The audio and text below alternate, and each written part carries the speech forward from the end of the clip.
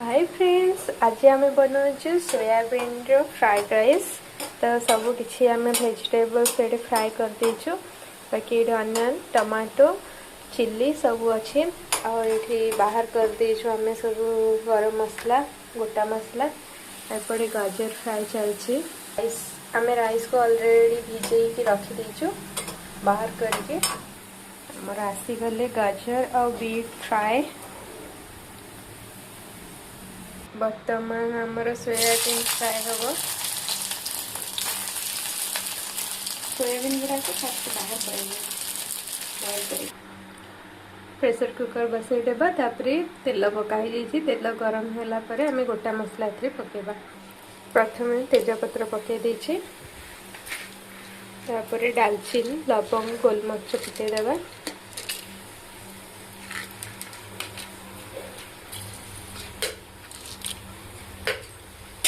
एथिरे already आगुर paste होके अच्छे अदा रसुण काजू या पुणी गोटा मसला ऊपर पकईदेवा।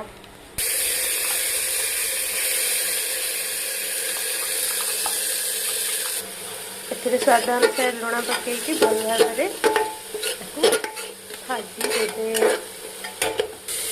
बर्तमान टमाटो भी पकई देछि, मसला सह टमाटो को भल भाव भाजीदेवा।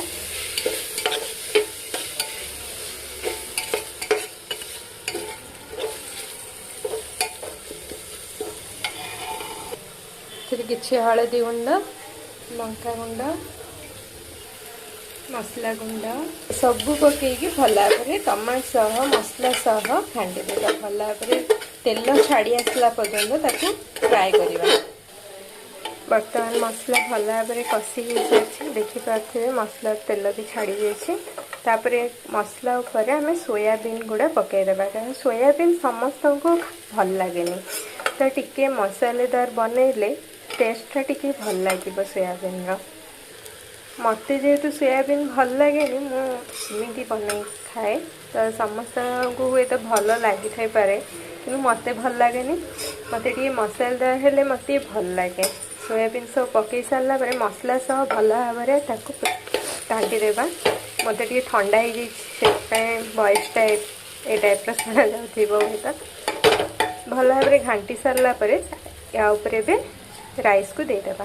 एबे आमे जेती राइस देखंदा हमर फाइनल राइस बनेकी आपण सामने अच्छी बहुत टेस्टी भी होइछि। आपण देखि भी जानि पारथिबे। आपण एमदी बनेकी खातु और कमेंट करी जणैबे आपनको केमिति लागला। बाय।